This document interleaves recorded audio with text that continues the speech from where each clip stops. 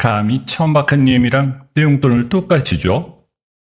새해 첫날 친정엄마 자신의 용돈 금액이 똑같다는 이유만으로 시어머니는 아침상을 뒤집어 엎었고 뜨거운 떡국이 제 허벅지 위로 쏟아졌습니다. 화상 입은 저를 보고도 시어머니는 악을 쓰고 있었고 한심한 남편은 시어머니의 편을 들고 있었죠. 그 순간 저는 미련 없이 이 지옥 같은 결혼 생활을 끝내기로 결심했습니다. 그리고 오만했던 시댁 식구들이 제 앞에 무릎 꿇기까지는 그리 오랜 시간이 걸리지 않았어요. 사연 시작 전에 구독 버튼을 눌러주시고 어디서 듣고 계신지 댓글에 남겨주세요. 그곳에 늘 행운이 가득하길 바라겠습니다. 결혼 1년 차, 구급 공무원인 남편 김민수와 살림을 합친 뒤로 처음 맞이하는 새해 첫날 아침이었어요. 저는 친정엄마와 함께 동네에서 제법 이름난 청국장집을 운영하고 있었습니다. 장사가 워낙 잘 되는 덕에 형편이 넉넉한 편이었고요.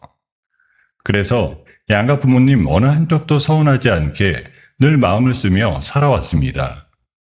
명절이면 양가에 똑같은 선물을 챙기고 용돈도 한 푼 차이 없이 맞춰드렸죠. 그런데 시어머니인 최 여사만큼은 유독 저를 못마땅하게 여기셨습니다. 오래전 사업에 크게 실패해 집안이 다 기울었으면서도 여전히 사모님 소리를 듣던 그 시절의 헛바람에 갇혀 사는 분이었거든요. 평생 음식 장사로 손마디가 굵어진 친정엄마와 저를 두고 총것들이라고 부르셨습니다. 제 직업을 장사치라며 사람들 앞에서도 거리낌 없이 깎아내리셨고요. 그러면서도 정작 제가 매달 꼬박꼬박 챙겨드리는 생활비 100만 원은 당연한 권리인 양 뻔뻔하게 받아 챙기셨습니다. 그 이중적인 모습을 볼 때마다 속이 까맣게 타들어갔어요. 그래도 새해 첫날만큼은 며느리 도리를 다하고 싶은 마음이 더 컸습니다. 친정에서 밤새 푹 우려낸 육수와 곱게 부친 고명을 바리바리 챙겨 시댁으로 향했습니다. 이른 아침부터 시댁 주방에 들어가 소매를 걷어붙이고 정성껏 떡국 한 상을 차려냈어요. 김이 모락모락 피어오르는 떡국 그릇을 상위에 가지런히 올려놓는 제 손끝에는 정성이 가득 담겨 있었습니다. 상을 받은 최 여사가 코를 찡그리며 저를 위아래로 훑어보았어요. 아휴, 새해 첫날부터 꼬랑내가 진동을 하네. 그 청국장 쩐내는 아무리 씻어도 안 빠지나 봐. 하여튼 우리 집안하고는 안 어울린다니까. 저는 목구멍까지 치밀어 오르는 화를 꾹 눌러 삼키며 억지로 입꼬리를 끌어올렸어요. 그러고는 며칠 전부터 곱게 챙겨둔 두툼한 봉투를 두 손으로 공손히 내밀었습니다. 어머니, 새해 복 많이 받으세요. 올해도 건강하시고요. 약소하지만 받으세요. 최 여사가 봉투를 받아들고는 안을 슬쩍 들여다보았습니다. 빳빳한 5만원권 다발을 확인하는 순간 그 입가에 금세 흐뭇한 미소가 번지더라고요. 조금 전까지 저를 타박하던 표정은 온데간데 없이 사라졌습니다. 바로 그때 옆에서 떡국을 후루룩 떠먹던 김민수가 아무 생각 없이 해맑은 얼굴로 끼어들었어요. 어머니, 서연이가 장모님께도 똑같이 100만 원 드렸어요. 양가 공평하게 챙겨야 한다고 아주 신경을 많이 썼다니까. 우리 서연이가 이런 데는 또 야무져요. 그 말이 떨어지기가 무섭게 최 여사의 얼굴이 시뻘겋게 달아올랐어요. 방금 전까지 흐뭇하게 들여다보던 봉투를 상위에 패대기 치듯 거칠게 내려놓더라고요. 뭐? 장모? 지금 그 천한 장사치랑 나를 동급으로 취급하겠다는 거니? 어디 감히 사모님 소리 듣던 나를 그깟 청국장집 이 앞에 내랑 똑같이 취급해? 상황이 점점 험악해지는데도 김민수는 무슨 일이 벌어지는지 영문을 모른 채 두 눈만 끔뻑거렸어요. 저는 친정엄마를 대놓고 짓밟는 그 말에 더는 참을 수가 없었습니다. 지난 1년간 가슴속에 꾹꾹 눌러 담아온 무언가가 안에서 뚝하고 끊어지는 느낌이었어요. 어머니, 말씀이 너무 지나치세요. 우리 엄마 그런 취급받을 분 아니세요. 평생을 정직하게 땀 흘려 일하신 분이라고요. 결혼 후 1년 만에 정색을 하며 맞서는 며느리의 모습에 최 여사는 두 눈을 부릅떴습니다. 손이 부들부들 떨릴 정도로 이성을 잃은 최 여사가 자리에서 벌떡 일어났어요. 이게 어디서 눈을 똑바로 뜨고 어들한테 대들어? 네가 시험이 무서운 줄은 모르는구나. 말이 끝나기가 무섭게 최 여사가 제 앞에 놓인 떡국상을 두 손으로 확 밀어 그대로 엎어버렸습니다. 펄펄 끓던 떡국 국물이 그릇째 쏟아지면서 제 무릎과 허벅지 위로 뜨겁게 퍼졌습니다. 살갗이 익어가는 듯한 통증이 순식간에 온몸을 덮쳤어요. 저는 외마디 비명을 지르며 그 자리에 그대로 주저앉고 말았습니다. 뜨거운 국물에 데인 다리를 부여잡고 바닥에 몸부림치는데 최 여사는 도와주기는커녕 오히려 저를 향해 삿대질을 해댔어요. 너 지금 어른 앞에서 이게 무슨 행패니? 세상에 이런 패륜이 어디 있어? 동네 사람들이 알면 다들 손가락질할 거다. 저는 고통에 신음하며 도와달라는 눈빛으로 남편을 올려다보았어요. 그런데 김민수는 화상을 입고 주저앉은 아내는 거들떠보지도 않더라고요. 오히려 어머니의 팔부터 붙들고 달래기에 바빴습니다. 어머니 진정하세요. 서연이 네가 잘못한 게 맞아. 빨리 어머니한테 잘못했다고 사과드려. 귀가 막혀서 말문이 콱 막혀버렸습니다. 벌겋게 부어오르며 물집이 잡히기 시작하는 제 다리를 걱정해주는 사람은 그 집안에 단 한 명도 없었습니다. 저는 너무나도 고통스러워 부엌으로 엉금엉금 기어가 수도를 틀어 찬물을 다리에 끼얹었습니다. 차가운 물이 제 살에 닿자마자 정신이 번쩍 들었어요. 대충 열기를 식힌 뒤 떨리는 손으로 벗어두었던 겉옷을 주섬주섬 챙겨들었어요. 잘 알겠습니다. 어머님이 어떤 분인지, 이 집 식구들이 속으로 저를 어떻게 생각하는지 오늘 아주 똑똑히 봤습니다. 그 한마디를 남기고 저는 엉망이 된 거실을 뒤로 한 채 도망치듯 시댁 현관을 빠져나왔어요. 차디찬 새의 아침 공기가 대인 다리를 스치고 지나갔습니다. 그런데 이상하게도 마음 한구석은 오히려 서늘하게 가라앉더라고요. 시댁을 빠져나온 저는 절뚝거리는 다리를 끌고 곧장 근처 병원 응급실로 향했습니다. 차가운 진료실 침대에 누워 다리를 살펴본 의사는 이도화상이라며 혀를 끌끌 찼습니다. 물집이 잡힌 허벅지에 두툼한 붕대를 칭칭 감고 나니 다리의 통증보다 마음이 더 싸늘하게 식어버렸어요. 병원을 나와 택시를 잡아 타고 텅 빈 집에 도착하자 그제야 꾹 참았던 서름이 한꺼번에 밀려오더라고요. 화끈거리는 상처를 부여잡고 거실 바닥에 그대로 주저앉아 한참을 멍하니 있었습니다. 지난 1년간 시댁의 무시와 멸시를 그저 돈으로 메우려 했던 제 미련함이 그제야 사무치게 후회되었어요. 며느리 노릇 한번 잘해보겠다고 새벽부터 졸린 눈을 비비며 육수를 우리던 제 모습이 떠올랐습니다. 생각할수록 분하고 억울해서 굵은 눈물이 뺨을 타고 뚝뚝 떨어졌어요. 그렇게 얼마나 울었을까? 몇 시간이 흐른 뒤 현관문이 슬그머니 열리는 소리가 들렸습니다. 시댁에나마 어머니를 달래던 김민수가 눈치를 슬슬 살피며 집으로 들어왔어요. 그런데 김민수는 붕대를 칭칭 감은 아내의 다리는 쳐다보지도 않더라고요. 화상 상태가 어떤지 괜찮은지 묻는 말 한마디도 없었습니다. 너 도대체 무슨 생각으로 그런 거야? 어머니 지금 충격받아서 몸져 누우셨어. 당장 전화 드려서 잘못했다고 빌어. 어서. 저는 붕대 감은 다리를 한참 내려다보다가 천천히 고개를 들어 김민수를 바라보았습니다. 그 순간 가슴 안에 마지막까지 남아있던 정마저 차갑게 식어버리는 게 느껴졌어요. 사과? 지금 나더러 사과를 하라고? 네 어머니가 끓는 국물을 내 다리에 들이부었어. 나는 화상을 입고 응급실까지 다녀왔는데 넌 어머니 걱정밖에 안 보여? 제 말투가 평소와 영 다르다는 걸 느꼈는지 김인수의 얼굴이 살짝 굳었습니다. 저는 이를 악물고 자리에서 일어나 절뚝거리며 안방으로 들어갔어요. 옷장문을 활짝 열어젖히고 김민수의 옷가지들을 두 팔로 한아름씩 끄집어냈습니다. 그러고는 거실 바닥으로 보란듯이 모조리 집어던지기 시작했어요. 양복이며 셔츠며 김민수의 물건들이 거실 바닥에 어지럽게 나뒹굴었습니다. 야, 이서연, 지금 뭐 하는 거야? 너 미쳤어? 왜 멀쩡한 옷을 다 던지고 그래? 당장 이 집에서 나가. 네 짐 챙겨서 어머니한테로 가버리라고. 나는 이제 너랑 한 집에서 단 하루도 못 살아. 당황한 김민수가 뭐라 변명을 늘어놓으려고 입을 달싹였습니다. 하지만 저는 그 틈을 주지 않고 식탁 위에 놓인 김민수의 지갑부터 낚아챘어요.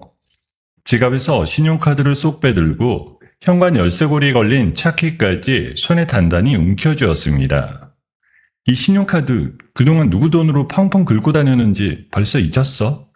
이 차도 내 이름으로 산 거야. 오늘부터 다 압수야. 그리고 매달 너희 집에 들어가던 생활비 100만 원, 그것도 오늘부로 완전히 끝이야. 야, 그건 좀 너무한 거 아니야? 우리 어머니가 그 돈으로 한 달 한 달 사시는데 그걸 끊어버리면 어떡하라고. 너무해? 멀쩡한 내 다리에 화상 입힌 사람들 걱정을 내가 왜 해? 그리고 하나 더. 오늘부터 이 집 대출 이자랑 관리비, 이런 단위까지 정확하게 반반씩 나눠낼 거야. 앞으로 내 돈에 기댈 생각 싹 버리고 네 쥐꼬리 많은 월급으로 알아서 살아. 평소 제 경제력의 철저히 빌부터 편하게 살아오던 김민수의 얼굴이 새파랗게 질렸어요. 제 서슬퍼런 기세에 완전히 기가 눌린 김민수는 더 이상 토를 달지 못했습니다. 결국 바닥에 흩어진 옷가지들을 주섬주섬 가방에 쑤셔넣기 시작했어요. 진짜 한순간에 사람을 이렇게 길바닥에 내쫓고 너 나중에 후회한다. 두고 봐. 저는 그 말에 대꾸할 가치조차 느끼지 못했습니다. 가방을 둘러맨 김민수가 끝까지 궁시렁거리며 현관문을 나서자 저는 곧장 휴대폰을 집어들었습니다. 은행 어플을 켜고 매달 최 여사에게 자동으로 빠져나가던 생활비 계좌를 단번에 해지해버렸어요. 손가락 하나로 지난 1년간의 미련을 깔끔하게 끊어내고 나니 속이 다 후련하더라고요. 그날 밤 저는 대인다리를 시켜가며 오랜만에 아주 깊은 잠을 청했습니다. 이튿날 아침이 밝았어요. 세수를 하고 출근 준비를 하는데 머리맡에 둔 휴대폰이 미친 듯이 울려대기 시작했어요.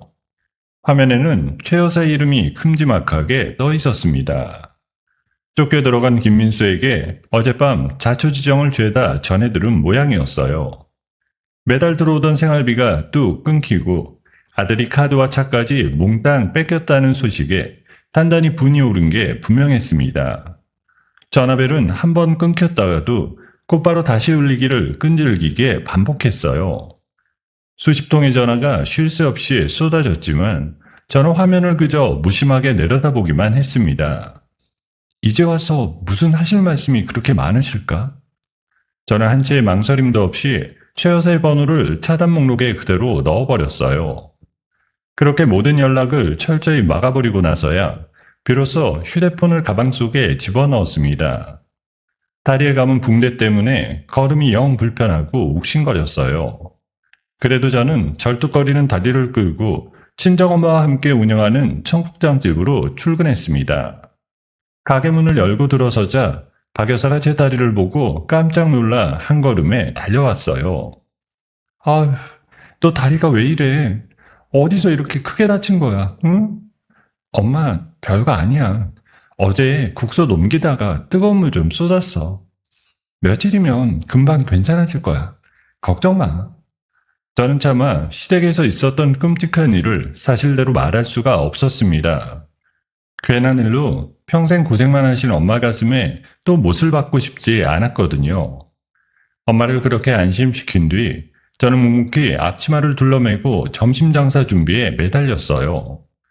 콩을 푹 삶고 청국장을 안치며 바쁘게 손을 놀리다 보니 어느새 점심때가 다가왔습니다. 가게 안은 구수한 청국장 냄새를 맡고 찾아온 단골 손님들로 발디딜 틈이 없었어요. 한창 정신없이 뜨거운 뚝배기를 나르고 주문을 받던 바로 그때였습니다. 가게 유리문 너머로 어딘가 익숙한 그림자 하나가 눈에 들어왔어요. 온 얼굴에 도끼를 가득 품은 최 여사가 택시에서 막 내리고 있었습니다. 거친 발걸음으로 가게를 향해 성큼성큼 다가오는 그 모습에 저는 들고 있던 쟁반을 그대로 멈춰 세우고 말았어요. 가게 유리문이 거칠게 벌컥 열리더니 도끼 어린 얼굴의 최 여사가 사납게 들이닥쳤습니다. 손님들로 발 디딜 틈 없이 꽉 찬 홀 한가운데 떡 버티고 서서 제 이름을 고래고래 부르짖기 시작했어요. 이서연, 너 인연? 어디 한번 나와봐라. 시어머니한테 주던 돈을 끊어? 당장 내 돈 내놓지 못해? 평화롭게 식사하던 손님들이 깜짝 놀라 숟가락을 멈추고 최 여사를 흘끔거리며 수군거렸어요. 주방에 있던 박 여사가 바깥의 소란을 듣고 행주를 든 채 황급히 뛰어나왔어요. 사돈, 이게 대체 무슨 짓입니까? 손님들 다 보는 앞에서 이러지 마시고 일단 밖으로 나가서 얘기를. 박 여사가 미처 말을 끝맺기도 전이었어요. 최 여사가 박 여사의 어깨를 두 손으로 거칠게 확 밀쳐버렸습니다.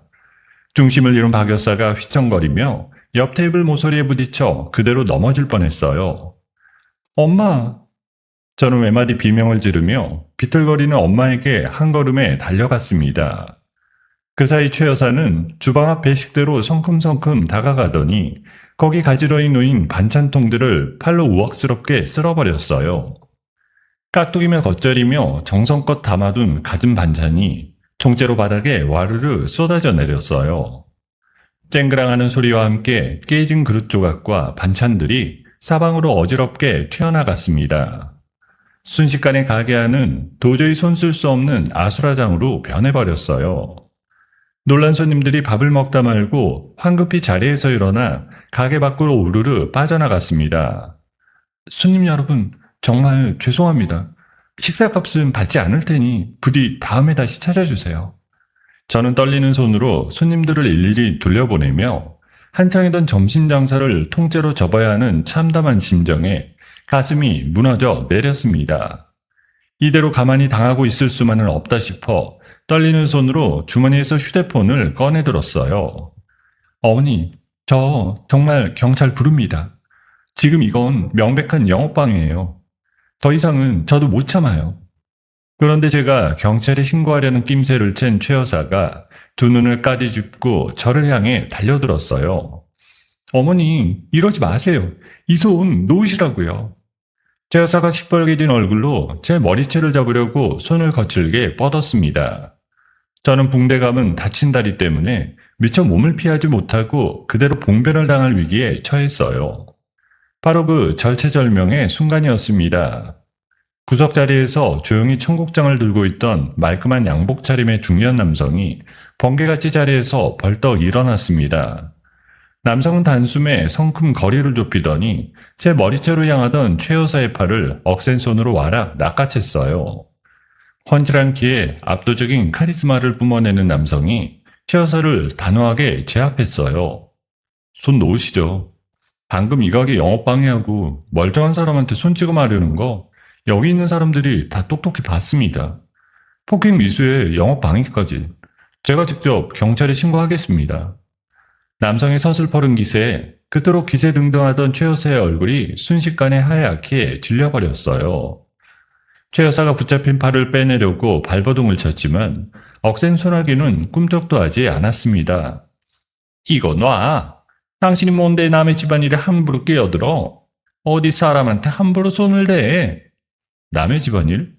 손님들 식사 다 망치고 가게 힘을 죄다 부순 게 집안일입니까? 정 그러시면 경찰 와서 따져보시죠. 남성이 휴대폰을 꺼내 정말로 신고하려는 신용을 하자 최 여사는 그제야 슬그머니 겁을 집어먹었습니다. 에이, 더러워서 내가 간다. 너 이서연, 오늘 이게 끝인 줄 알아? 어디 두고 보자. 최 여사는 거친 욕설만 잔뜩 내뱉고는 도망치듯 가게 밖으로 허둥지둥 빠져나갔어요. 택시도 잡지 못한 채 종종걸음으로 멀어져가는 최 여사의 뒷모습을 보고 나서야 저는 겨우 막힌 숨을 길게 내쉬었습니다. 남성은 신랑의 통에 흐트러진 양복 매무새를 차분하게 가다듬더니 저에게 천천히 다가와 명함 한 장을 건넸어요. 정말 감사합니다. 덕분에 큰일 날 뻔한 거 막았어요. 이 은혜를 어떻게 갚아야 할지 모르겠네요. 받아든 명함에는 박도진이라는 이름과 함께 국내에서 제일 가는 대형 식품기업의 기획이사라는 직함이 또렷하게 박혀 있었어요.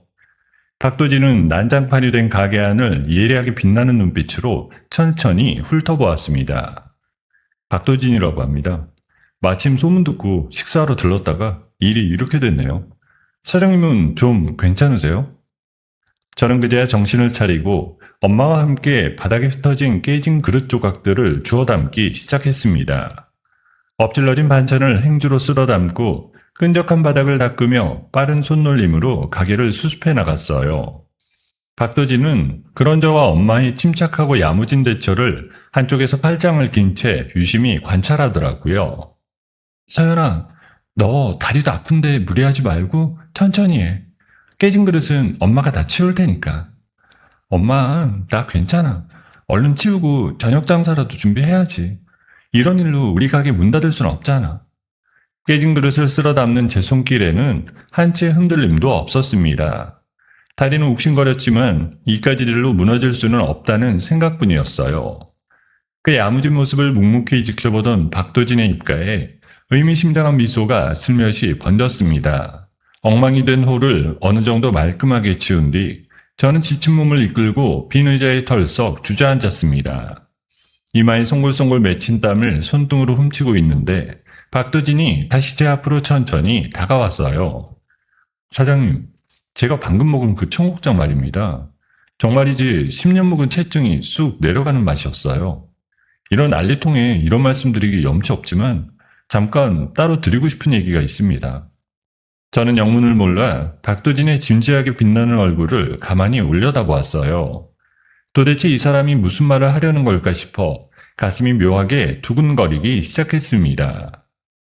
저는 박도진을 따라 가게에서 멀지 않은 조용한 카페로 자리를 옮겼습니다. 김이 모락모락 나는 따뜻한 차 한 잔을 사이에 두고 마주 앉자 박도진이 먼저 차분하게 입을 열었습니다. 사장님 댁 청국장 솔직히 한 입 먹고 깜짝 놀랐습니다. 보통 청국장 하면 그 특유의 쿰쿰한 냄새 때문에 손사래를 치는 사람이 많은데 이건 냄새는 확 줄었는데 맛은 오히려 더 깊고 구수하더군요. 이런 맛은 절대 아무 데서나 나오는 게 아닙니다. 저는 그 칭찬에 어깨가 으쓱해지면서도 한편으로는 어리둥절한 마음이 들었습니다. 그렇게까지 봐주시니 감사하긴 한데 그냥 저희 엄마가 평생 손맛 하나로 끓여온 거예요. 특별한 건 하나도 없는데요. 박도진이 고개를 천천히 가로저으며 몸을 앞으로 바짝 기울였습니다. 아니요, 그게 바로 특별한 겁니다.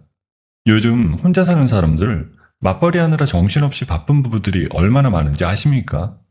집에서 제대로 된 한 끼 챙겨 먹기가 그야말로 하늘의 별 따기예요. 그래서 간편하게 데워 먹는 고급 한식 간편식 시장이 지금 무섭게 커지고 있습니다. 박도진은 휴대폰을 꺼내 시장이 얼마나 빠르게 성장하고 있는지 화면 가득한 그래프까지 보여주며 차근차근 설명을 이어갔습니다. 그런 시장이 그렇게 큰가요? 저는 그냥 동네에서 밥 장사하는 것만 생각했지 그런 큰 그림은 생각도 못 해봤어요. 그래서 제가 사장님께 드리는 제안입니다. 사장님 댁 청국장을 집에서 간편하게 데워 먹을 수 있는 밀키트로 만들어서 전국에 파는 겁니다. 이 좋은 걸 동네 맛집으로만 남겨두기엔 그 맛과 기술이 너무 아깝습니다. 그리고 아까 그 난리통에도 손님 챙겨가며 침착하게 가게를 수습하시는 사장님 모습을 봤습니다. 탁월한 사업가의 그릇이 보이더군요. 저는 갑작스러운 제안에 심장이 쿵하고 내려앉았어요. 밀키트라는 낯선 말이 입안에서 어색하게 맴돌았습니다. 밀키트요? 그런 큰일을 저 같은 동네 식당 주인이 어떻게 감당해요? 공장이며 광고며 솔직히 제가 아는 게 하나도 없는데요. 그 부분은 전혀 걱정 마십시오. 물건 만들 공장 섭외부터 광고, 전국, 유통망까지 그 모든 걸 저희 회사가 책임지고 밀어드리겠습니다. 사장님은 그저 그 변함없는 맛 하나만 그대로 지켜주시면 되고요. 수익도 한 푼 손해 안 보시게 정확하게 반씩 나누는 조건으로 계약서를 쓰겠습니다. 시댁의 횡포로 우울감에 푹 빠져있던 제 마음 한구석에 한 줄기 환한 빛이 비치는 것만 같았어요. 며느리라고 멸시받고 끓는 국물에 다리까지 되었던 지난날의 서러움이 눈앞에 주마등처럼 스쳐 지나갔습니다. 이 제안이 어쩌면 제 인생을 통째로 뒤바꿀 거대한 기회일지도 모른다는 생각이 머릿속을 가득 채웠어요. 저는 그날 밤 가게 영업을 모두 마치고 엄마와 마주 앉아 밤이 깊도록 진지하게 이야기를 나누었습니다. 엄마, 솔직히 어떻게 생각해? 그 큰 회사에서 우리 청국장을 전국에 팔아보자는데 솔직히 무섭기도 하고 가슴이 막 떨리기도 하고. 글쎄다. 평생 이 작은 가게 하나가 우리 전부였는데. 그래도 우리 딸이 정말 하고 싶으면 엄마는 끝까지 밀어줄게. 우리 청국장이 그렇게나 대단한 거였구나. 새삼스럽기도 하고 우습기도 하네. 엄마, 나 한번 해볼래. 그동안 그 사람들한테 무시당하면서 산 거 이젠 내 두 손으로 다 갚아주고 싶어. 우리가 얼마나 대단한 사람들인지 그 사람들 눈앞에 똑똑히 보여주자. 저는 밤새 엄마와 머리를 맞댄 끝에 박도진의 제안을 받아들이기로 굳게 마음을 먹었습니다. 이튿날 아침 저는 떨리는 마음을 다잡고 박도진의 회사로 찾아갔어요. 높은 빌딩 안 으리으리한 회의실에서 수익 분배 조건이 꼼꼼하게 적힌 계약서를 받아들었습니다. 저는 한 줄 한 줄 빠짐없이 천천히 읽어내려간 뒤 펜을 들어 당당하게 제 이름 석자를 또박또박 적어 넣었어요. 계약서에 도장을 찍은 그날부터 제 생활은 완전히 달라졌습니다. 저는 가게 한쪽 구석에 작은 연구실을 꾸리고 밤낮 없이 레시피 계량 작업에 매달렸어요. 엄마의 손맛은 모든 게 눈대중의 감으로 하는 거라 그걸 누구나 따라할 수 있는 정확한 숫자로 옮기는 일이 보통 까다로운 게 아니었습니다. 소금 한 꼬집, 콩 삶는 시간 1분까지 일일이 저울에 달고 시계를 들여다봤어요. 저는 박도진의 개발팀과 매일같이 머리를 맞대고 치열하게 의견을 주고받았습니다. 이사님, 여기 콩 삶는 시간을 딱 1분만 줄여보면 어떨까요? 그래야 그 쫄깃한 식감이 더 살아날 것 같은데. 역시 사장님 감각이 정확합니다. 바로 그렇게 하나씩 맞춰가는 겁니다.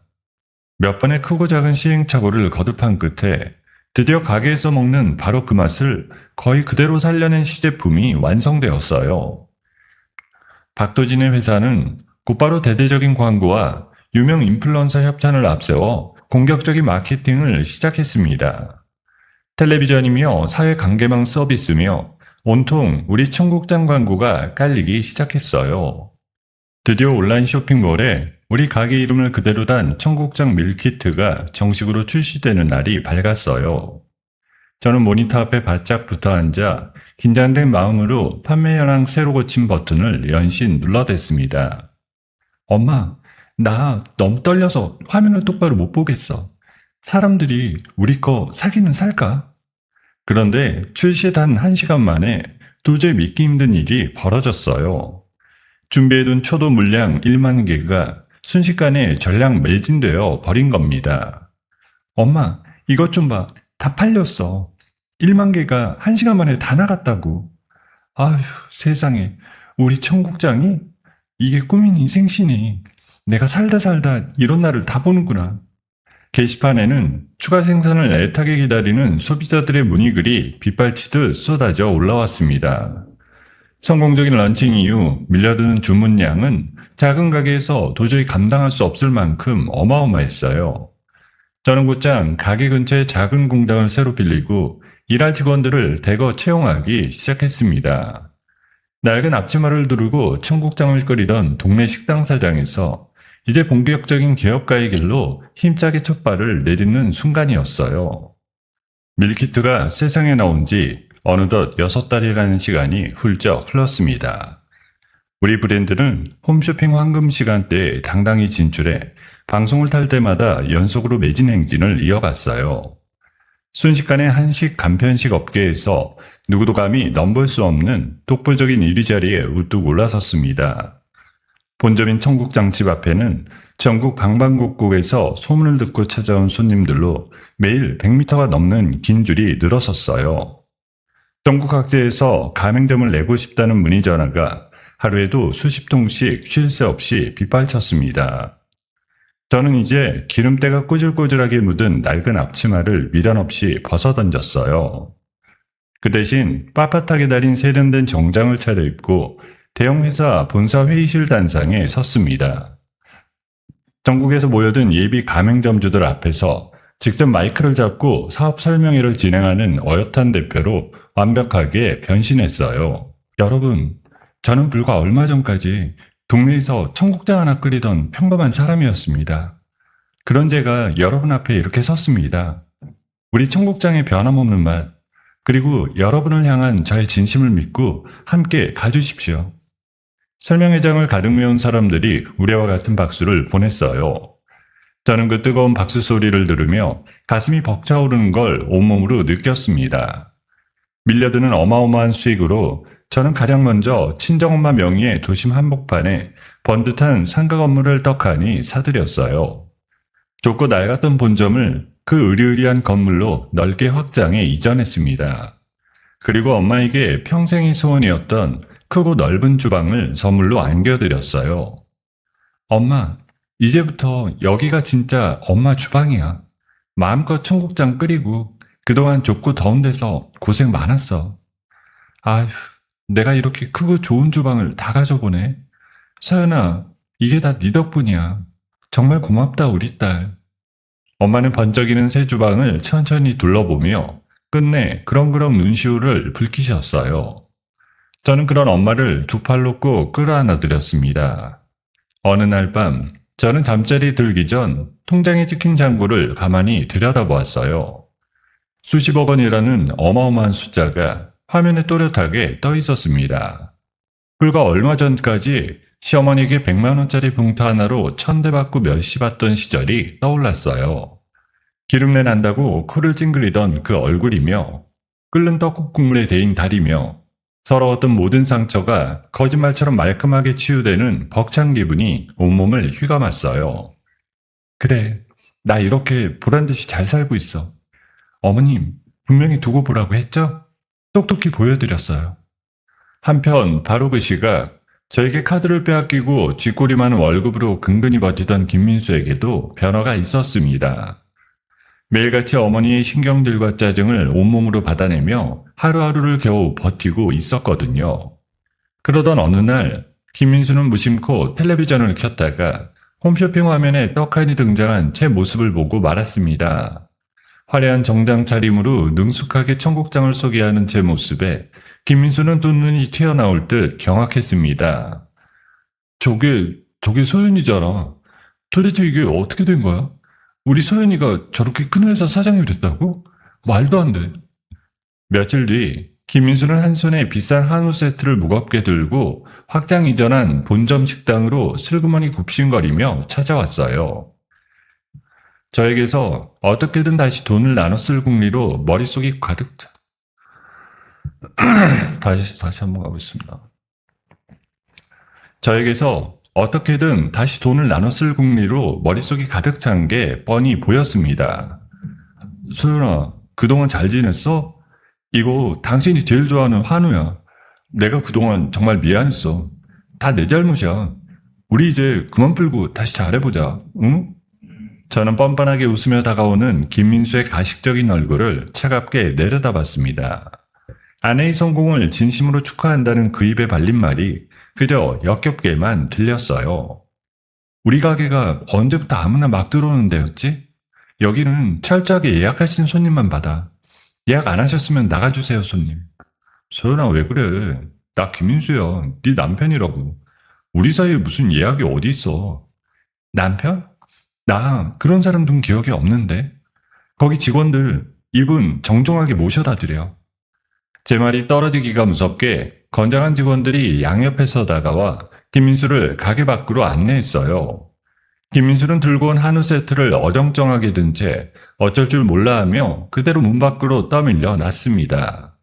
쫓겨나는 김민수의 초라하기 짝이 없는 뒷모습을 보며 저와 엄마는 통쾌한 웃음을 터뜨렸어요. 아유, 속이 다 시원하다.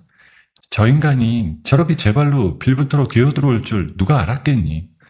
엄마, 이게 다 우리가 흘린 땀 덕분이야. 누구한테 빌린 것도 아니고 우리 두 손으로 다 이뤄낸 거라고. 그날 밤 저와 엄마는 새로 이사한 고급 아파트의 넓은 거실에 나란히 앉았습니다. 통유리창 밖으로 시원하게 펼쳐진 화려한 도심의 야경을 바라보며 차가운 샴페인 잔을 부딪혔어요. 엄마, 우리 정말 고생 많았어. 이제부터 앞으로는 좋은 일만 가득할 거야. 저는 제 인생이 마침내 완벽한 성공 궤도에 올라섰다고 굳게 확신했어요. 그렇게 평화롭고 달콤하기만 한 나날을 마음껏 즐기고 있던 어느 날이었어요. 본점 주방을 점검하던 직원 하나가 새파랗게 질린 얼굴로 저를 향해 다급하게 소리쳤습니다. 대표님 큰일 났어요. 주방으로 빨리 와보셔야 할 것 같아요. 그 다급한 목소리가 평화롭기만 하던 제 귓가를 사정없이 때렸어요. 이야기는 직원들이 모두 퇴근하고 정막만이 무겁게 가득하던 그 전날 늦은 밤으로 거슬러 올라갑니다. 인적이 뚝 끊긴 본점 식당 뒷문 앞에서 검은 그림자 하나가 어른거렸어요. 누군가 손에 마스터 키를 쥐고 능숙한 손놀림으로 보안 장치를 해제했습니다. 까만 모자를 눈썹까지 깊게 눌러쓰고 마스크로 얼굴을 칭칭 가린 그 침입자는 도둑고양이처럼 조심스러운 발걸음으로 주방 안으로 스며들었어요. 그 침입자의 정체는 다름 아닌 최 여사였습니다. 며느리는 날개를 단 듯 승승장구하는데 정작 자신에게는 국물 한 방울 떨어지지 않는 현실에 이성을 잃고 시퍼런 독을 가슴에 품은 겁니다. 그래, 니년이 도대체 얼마나 잘 되나 어디 한번 두고 보자. 이 어미를 길바닥에 내쫓고 혼자서 다 헤쳐먹어. 어디 한번 망해봐라. 최 여사는 주위를 한번 휙 둘러보고는 품속에서 두툼한 지퍼백 여러 개를 주섬주섬 꺼냈습니다. 그러고는 다음날 아침 500명분의 국을 끓이려고 가득 준비해둔 거대한 육수통 앞으로 천천히 다가갔어요. 묵직한 뚜껑을 두 손으로 끙 하고 힘껏 열어젖혔습니다. 밤새 뽀얗게 우러난 육수에서 따뜻한 김이 모락모락 피어올랐어요. 최 여사는 손에 든 지퍼백을 거꾸로 들고 그 안에 든 것을 육수통에 와르르 쏟아부었습니다. 지퍼백에서 쏟아져 나온 것은 차마 눈뜨고 볼 수 없는 끔찍한 것들이었어요. 최 여사가 몇 주 동안 집요하게 모으고 또 모아온 바퀴벌레며 파리며 수백 마리의 벌레 사체들이었어요. 새까만 벌레들이 뽀얀 육수 위로 섬뜩하게 둥둥 떠올랐습니다. 이게 탄인년이 자초한 일이다. 이 더러운 게 사람들 입으로 쏙쏙 들어가면 네 잘난 가게도 그날로 그냥 끝장이다. 어디 한번 당해봐라. 소름 끼치는 범행을 마친 최 여사는 자신이 다녀간 흔적을 하나하나 주도 면밀하게 닦아내기 시작했어요. 행여 머리카락 한 올이라도 남길세라 손이 닿는 곳마다 바닥까지 꼼꼼하게 살폈습니다. 그러고는 식당 곳곳에 달린 CCTV의 사각지대만을 귀신같이 골라다니며 유유히 식당을 빠져나갔어요. 그렇게 끔찍한 밤이 지나고 다음날 아침 8시가 되었습니다. 점심 장사를 위해 가장 먼저 출근한 메인 셰프가 육수를 데우려고 통 앞에 섰습니다. 국자로 육수를 한번 휘휘젓던 셰프의 손이 우뚝 멈춰버렸어요. 국자 끝에 시커먼 이물질들이 줄줄이 걸려 올라왔거든요. 이게 다 뭐야? 대표님, 빨리 좀 와보세요. 큰일 났어요. 다급한 호출을 받고 한 걸음에 주방으로 달려간 저는 그 광경을 보고 그대로 얼어붙고 말았습니다. 수백 마리의 벌레가 둥둥 떠다니는 육수통을 두 손으로 똑똑히 확인한 순간 속이 뒤집히며 헛구역질이 올라왔어요. 세상에, 이게 도대체 어떻게 된 거야? 어제 분명히 내가 직접 위생점검 다 했는데. 전날 저녁 제 손으로 직접 주방 구석구석 그렇게 꼼꼼하게 위생을 점검했던 터라 이게 자연적으로 생긴 일이 절대 아니라는 걸 단번에 직감했어요. 누군가 작정하고 저지른 짓이 분명했습니다. 저는 부들부들 떨리는 목소리로 직원들에게 단호하게 지시를 내렸어요. 모두 잘 들어. 당장 오늘 점심 장사 전부 취소해. 그리고 이 육수통이랑 식자재 하나도 건드리지 말고 그대로 다 봉인해. 어서 서둘러. 직원들이 제 지시에 따라 일사불란하게 움직이기 시작했어요. 그런데 제가 미처 다음 손을 쓰기도 전에 가게 앞쪽이 갑자기 소란스러워졌습니다. 알고 보니 최 여사의 치밀한 계략은 거기서 끝이 아니었어요. 최 여사는 간밤에 그 끔찍한 범행을 저지른 직후 곧장 구청 홈페이지에 악의적인 익명민원을 미리 넣어둔 겁니다. 저 가게에 음식에 벌레가 나오니 내일 아침 영업이 시작되기 전에 꼭 불시 단속을 나와달라는 아주 구체적이고 악랄한 내용이었어요. 그 계략대로 구청 위생과 직원들이 아침 일찍부터 우르르 식당으로 들이닥쳤어요. 민원 신고받고 왔습니다. 위생점검 좀 하겠습니다. 협조 부탁드립니다. 위생과 직원들은 벌레가 둥둥 뜬 오염된 육수통을 발견하고는 연신 카메라 셔터를 눌러대며 사진을 찍어댔어요. 잠깐만요. 이건 정말 저희가 한 게 아니에요. 누가 간밤에 일부러 몰래 넣은 거라고요. 저도 방금 발견하고 신고하려던 참이었어요. 사장님 말씀은 알겠습니다만 일단 상황이 상황이니만큼 영업정지 처분은 불가피할 것 같습니다. 자세한 건 조사해봐야 알겠지만요. 설상가상으로 바로 그 시각 가게 밖에서는 지역 방송국 카메라까지 출동해 있었습니다. 기자들이 우리 식당 외관을 카메라에 담으며 분주하게 움직이고 있었어요. 상황은 제가 변변히 손쓸 새도 없이 걷잡을 수 없는 폐업위기로 빠르게 치닫고 있었습니다. 저는 봉인된 육수통 앞에 우두커니 서서 입술을 꽉 깨물었어요. 도대체 누가 무엇 때문에 이런 끔찍한 짓을 저질렀을까 생각하니 머릿속이 새하얘졌습니다. 언론에서는 기다렸다는 듯 자극적인 보도를 앞다투어 쏟아내기 시작했어요. 대박 맛집의 벌레 육수라는 제목이 인터넷 곳곳에 큼지막하게 도배되었습니다. 그 소식이 퍼져나가자마자 전국의 프랜차이즈 가맹점들에서 계약을 취소하겠다는 요청이 빗발치듯 쏟아져 들어왔어요. 어떻게 한 땀 한 땀 쌓아 올린 건데 이대로 다 무너지는 거야? 말도 안 돼. 사무실 의자에 털썩 주저앉아 두 손에 얼굴을 파묻고 깊은 절망에 빠진 바로 그 순간이었습니다. 번뜩 머릿속에 무언가가 빠르게 스치고 지나갔어요. 오래전 옛날 작은 식당을 하던 시절 최 여사가 가게에 찾아와 한바탕 난동을 부리고 간 사건이 있었습니다. 그날 이후로 저는 혹시 모를 사태에 대비해 주방 곳곳 환풍구 틈새에 아주 작은 피놀 카메라를 몰래 설치해 두었거든요.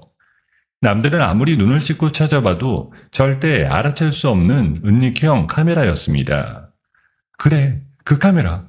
거기에 분명히 뭔가 찍혔을 거야. 왜 그 생각을 못했지? 저는 자리에서 벌떡 일어나 보안실로 한 걸음에 달려갔습니다. 떨리는 손으로 컴퓨터를 켜고 피놀 카메라에 녹화된 지난밤 영상을 찾아 재생했어요. 화면 속에는 모자와 마스크로 얼굴을 칭칭 가린 침입자가 또렷하게 잡혀 있었습니다. 저는 화면에 코를 박을 듯이 바짝 다가가 한 장면 한 장면 뚫어지게 살펴봤어요. 모자와 마스크 틈새로 매섭게 드러난 그 눈매, 그리고 어깨에 둘러맨 낯익은 명품 가방이 한눈에 들어왔습니다. 역시 당신이었어. 어머님, 어떻게 사람이 이렇게까지 할 수가 있어요? 침입자의 정체가 다름 아닌 최 여사라는 걸 두 눈으로 똑똑히 확인한 순간 온몸에 소름이 쫙 돋았습니다. 분노와 배신감에 손이 부들부들 떨렸지만 저는 이내 정신을 똑바로 차렸어요. 이 영상이야말로 저를 구렁텅이에서 건져낼 명백한 증거이자 동아줄이었으니까요. 저는 그 길로 녹화 영상을 챙겨 곧장 관할 경찰서로 향했습니다. 형사님, 이 영상부터 좀 봐주세요. 누가 우리 가게 육수에 벌레를 넣었는지 여기다 찍혀 있어요. 영업방해 재물손괴, 그리고 헛소문까지 퍼뜨린 명예훼손으로 정식으로 고소하겠습니다. 영상을 건네받은 경찰은 사안의 심각성을 깨닫고 곧바로 수사에 착수했습니다. 식당 주변 방범 카메라를 샅샅이 뒤지고 그날 밤 택시 하차 기록까지 하나하나 꼼꼼하게 대조했어요. 며칠 지나지 않아 경찰은 한밤중 침입자가 최 여사라는 사실을 완벽하게 특정해냈습니다. 수사를 마친 형사들이 곧바로 시댁으로 들이닥쳤어요. 경찰이 들이닥치자 최 여사는 처음엔 펄쩍펄쩍 뛰며 혐의를 완강히 부인했습니다. 무슨 소리예요? 내가 그깟 더러운 식당을 왜 가? 사람을 잘못 봐도 한참 잘못 봤어요. 증거 있어요? 증거 있냐고요? 그러자 형사가 피놀 카메라에 또렷하게 찍힌 영상을 최 여사의 눈앞에 들이밀었습니다. 화면 속에서 육수통에 벌레를 와르르 쏟아붓는 자신의 모습이 적나라하게 재생되는 걸 본 순간이었어요. 최 여사의 얼굴이 핏기 하나 없이 새하얗게 질려버렸습니다. 다리에 힘이 쭉 풀린 최 여사가 그 자리에 그대로 털썩 주저앉고 말았어요. 아니, 저게 어떻게 찍힌 거야? 분명히 카메라 없는 데로만 콜라서 다녔는데. 저는 최 여사가 체포되었다는 소식을 듣자마자 곧장 회사 홍보팀을 불러 모았어요. 사건의 전말을 하나도 빠짐없이 정리해서 영상이랑 같이 우리 공식 채널에 전부 올리세요. 한 군데도 자르지 말고 있는 그대로요. 대중이 직접 두 눈으로 보고 판단하게 합시다. 저는 선명한 화질의 CCTV 영상과 경찰의 수사 결과 발표문을 회사 공식 유튜브 채널과 사회관계망 서비스에 투시 하나 빼놓지 않고 그대로 공개했어요. 한밤중에 몰래 들어와 육수통에 벌레를 쏟아붓는 시어머니의 끔찍한 모습이 만천하에 적나라하게 드러났습니다. 이 충격적인 반전 영상은 삽시간에 수백만 조회수를 기록하며 인터넷을 발칵 뒤집어 놓았어요. 식당을 향하던 대중의 분노는 순식간에 방향을 확 틀어 최 여사에게로 활활 타올랐습니다. 언론들도 이번엔 발빠르게 태도를 싹 바꿨어요. 며느리를 질투해 벌레 테러를 저지른 시어머니라는 제목으로 후속 기사를 앞다투어 쏟아냈습니다. 오해가 말끔히 풀린 식당 앞에는 일부러 응원하러 찾아온 손님들로 다시금 긴 줄이 길게 늘어섰어요. 사장님, 힘내세요. 우리가 다 알아요. 청국장 맛 하나도 안 변했네. 여전히 기가 막히게 맛있어요.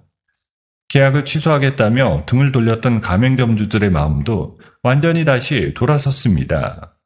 오히려 절치절명의 위기 앞에서 보여준 저의 빠르고 투명한 대처 능력에 전보다 더 깊은 신뢰를 보냈어요. 취소되었던 계약들이 다시 줄줄이 살아난 것은 물론 새로운 가맹 문의까지 2배로 늘어났습니다. 서연아, 정말 다행이다. 하늘이 우리를 끝내 버리지 않았어. 다 네가 미리 카메라를 달아둔 그 영특한 머리 덕분이야. 엄마, 이게 끝이 아니야. 이번만큼은 절대로 그냥 곱게 넘어가지 않을 거야. 죗값을 아주 톡톡히 치르게 만들 거야.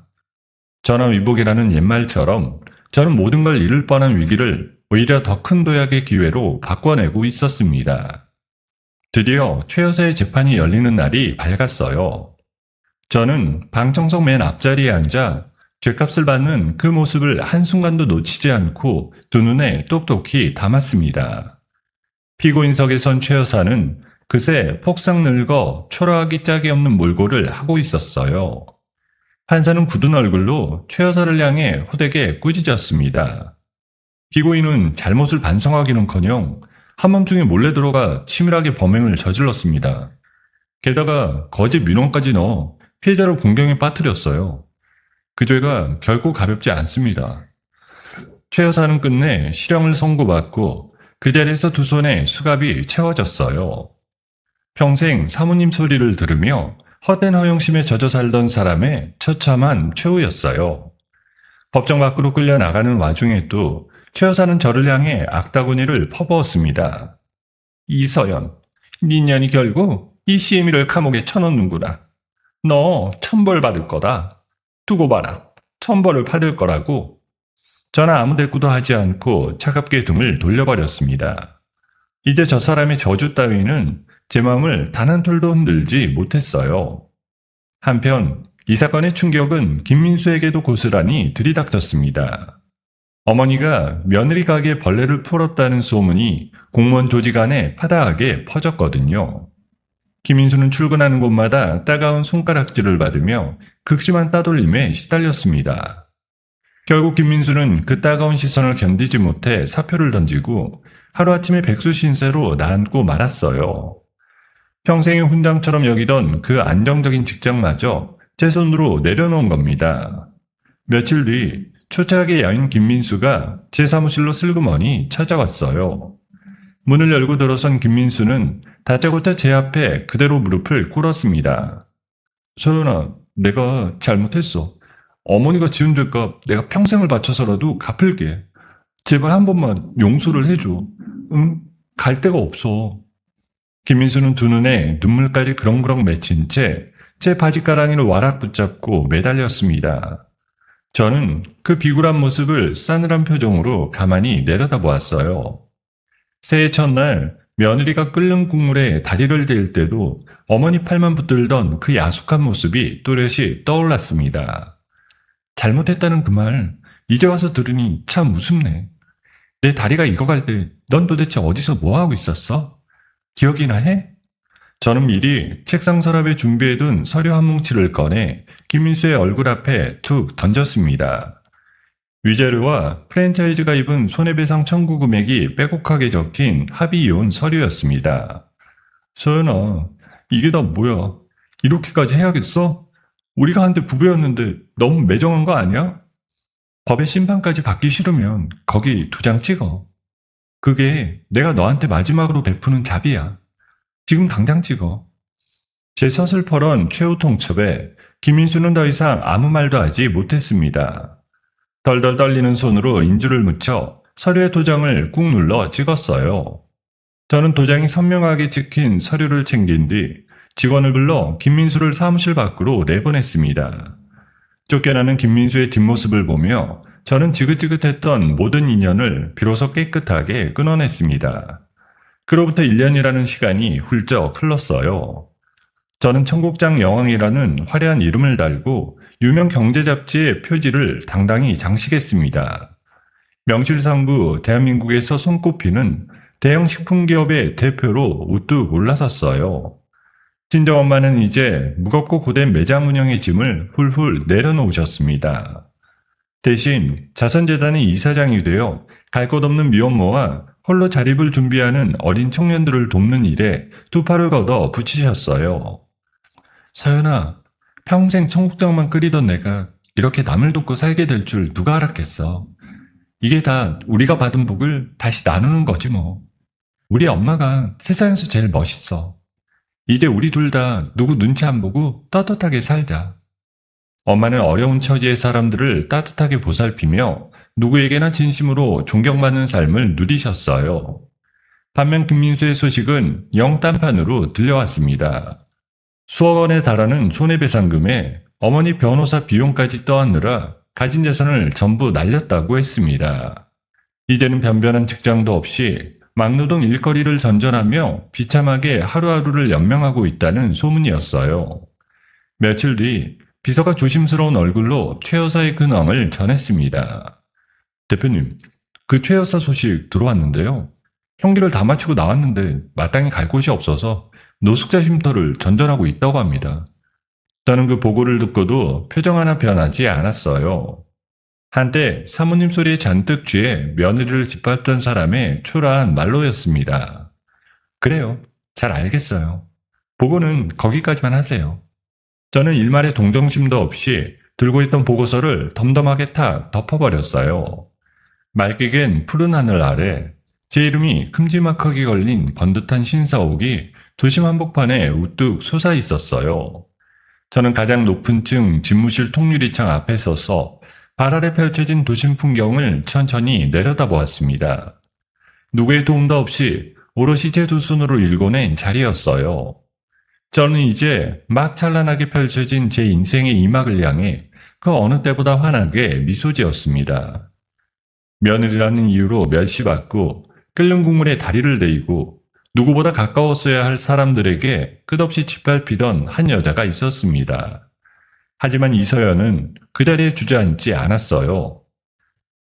서러움을 눈물로만 사리는 대신 두 손으로 직접 자신의 인생을 일으켜 세웠습니다. 작은 청국장집 사장에서 대한민국을 대표하는 기업의 대표로 우뚝 서기까지 그 길에는 수많은 눈물과 땀이 배어 있었죠.